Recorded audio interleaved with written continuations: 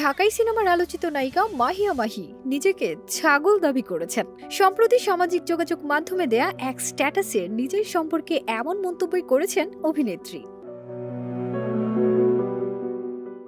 ৫ October রাতে মাহিয়া মাহি লিখেছেন, finally আমি বুঝতে পারছি গাইস, আমি যে একটা ছাগল।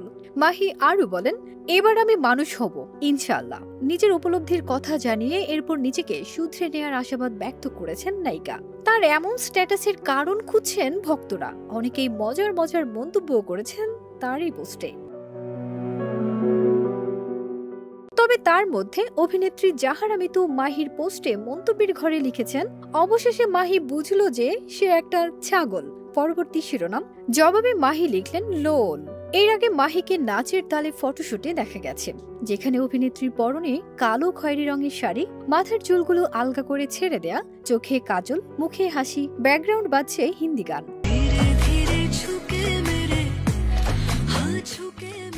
আর ভিডিওটির ক্যাপশনে লিখেছেন, এভাবেই নেচে নেচে ফটোশুট করি আমি। এই অভিনেত্রীকে সর্বশেষ দেখা গেছে শাকিব খানের রাজকুমার সিনেমায়, যেখানে প্রথমবারের মতো পর্দায় শাকিবের মায়ের চরিত্রে অভিনয় করেছেন তিনি। নায়িকার নতুন এই অবতার দর্শকরাও লুফে নিয়েছেন, পাশাপাশি অভিনয়ের প্রশংসাও করেছেন। ফারজানা নিকিতা, দেশ রূপান্তর।